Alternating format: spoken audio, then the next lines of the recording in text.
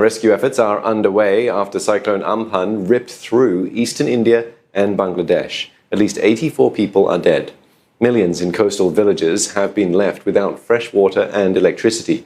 The supercyclone has left behind a trail of destruction. In parts of West Bengal, the damage is so extensive that it's difficult for rescue teams to access the affected areas. Indian Prime Minister Narendra Modi says his government is closely monitoring the situation and that no stone will be left unturned to help those affected.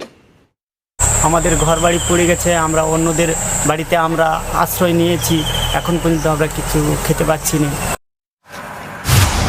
Neha Punya joins us now for more on this from New Delhi. And Neha, get us up to speed then. What's the current situation at the areas that have been hit by the cyclone? It's absolutely devastating.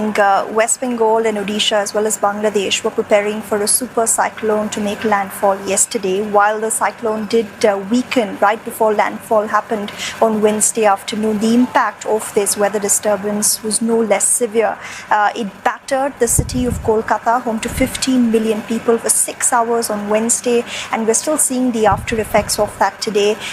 Large parts of the city are seeing a lot of damage to infrastructure, to buildings, tin roofs that were blown off, power lines ripped clean out of the ground, many trees that are now obstructing roads, damaging cars and homes. Like you said, the death toll has gone up quite significantly. It's now at over 72 in the state of West Bengal alone.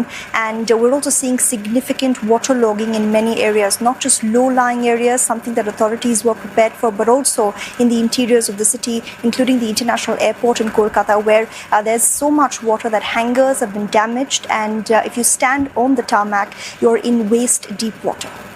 So Neha, saying all that then, Bengal Chief Minister says the impact of the cyclone is worse than the coronavirus pandemic. So how does the government plan to help those affected?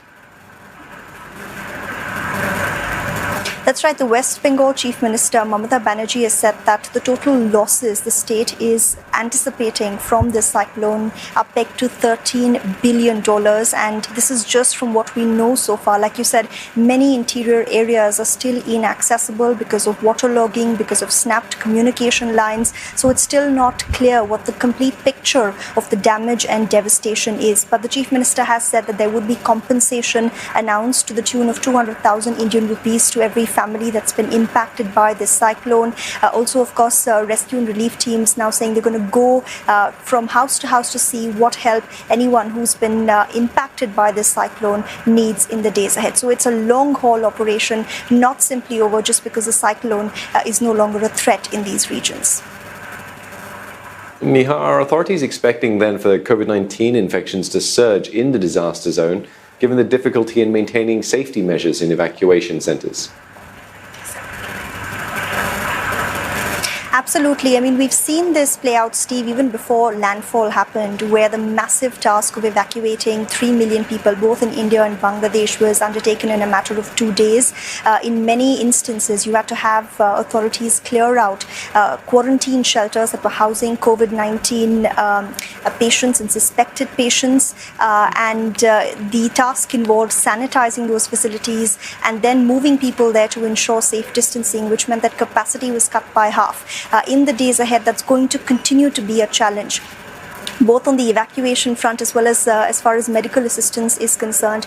West Bengal is one of the worst hit states in India as far as the COVID-19 outbreak is concerned. It has about 3,000 COVID-19 cases, and that number has been rising in the last few weeks. And as rescue teams go out, find people who might be stranded and then take them to hospitals, we are expecting facilities to be stretched, and that's something the government has raised concern over, which is why the Prime Minister tweeted saying that all help will be extended from the federal government side.